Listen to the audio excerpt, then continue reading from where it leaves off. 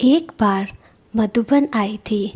एक दिन बाबा ने कहा कि बाबा को इंजीनियर चाहिए, यहाँ हॉल व कुछ कमरे बनवाने हैं। मैं तुरंत दिल्ली गई। लौकिक पिता जो इंजीनियर थे, उनसे मैंने कहा, भगवान को ज़रूरत है, आप जाकर सेवा करो। लौकिक पिता उसी समय इस्तीफ़ा देकर आबू आ गए। यहाँ हिस्ट्री हॉल उन्हीं का बनवाया हुआ है। बाबा की मदद बराबर बनी रही। बाबा मुझे कहा करते थे, बच्ची, किसी भी चीज़ की ज़रूरत हो तो पत्र लिखना। किदवाई नगर का भवन रामचंद्र भाई ने बनवाकर समर्पित किया। बाबा बोले, बच्चे, कभी ताना नहीं देना कि मैंने दिया है, मैंने बनवाया है। बाबा ने मुझे वरदान दिया कि ये बच्ची जहाँ कदम रखेंगी वहाँ सफलता ही सफलता है। मैंने समझा मैं तो इस लायक नहीं थी। बाबा के महावाक्यों ने जैसे दैवीय शक्ति भर दी। एक दिन बाबा मुझे भंडारे में अपने साथ ले जा रहे थे तो चौके में देखा कि लकड़ियाँ बड़ी चूल्हे में जल रही हैं और रोटी बनाने वाला कोई नहीं था। बाबा खुद रोटी बनाने लगे। मैं भी साथ में जुट गई। इस प्रकार कोई भी सेवा में बच्चे कम होते थे तो बाबा यहाँ तुरंत पहुँच जाते थे।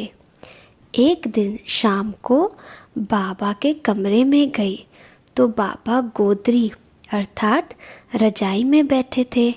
बाबा बोले, बच्ची, इन बच्चों को नक्की झील पर घुमा कर लेकर आओ। मैंने कहा, बाबा, बाहर बहुत सर्दी है। बाबा तुरंत खड़े हो गए और कहा, मैं घुमाने ले जाता हूँ।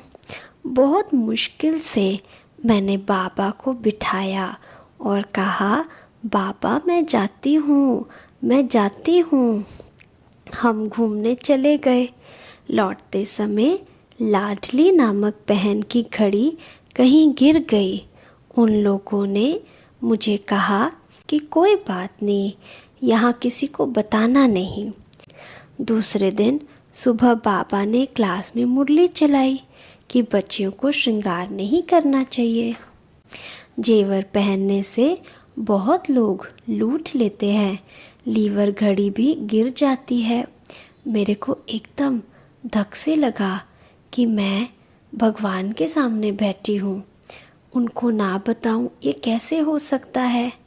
जैसे ही चैम्बर में बाबा गए, मैं भी गई और बोली, बाबा, रात्रि को हम घूमने गए थे तो लाडली बहन की घड़ी कहीं गिर गई।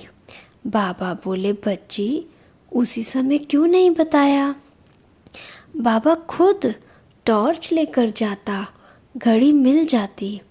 लच्चू बहन से बोला, घड़ी लेकर आओ। तो मन कह रहा था कि देखो, बाबा किसी बच्चे को अपनी चीज़ की कमी महसूस नहीं करने देते थे। एक बार बाबा मुझसे बोले, बच्ची, वैश्याओं की भी सेवा करो। मैं इटावा में जाकर कमिश्नर डीएसपी के सहयोग से वैश्याओं की सेवा करने लगी। करीब 70-80 वैश्याएँ थी। उनको रोज़ कोर्स कराने हम 2-3 बहनें जाती थी।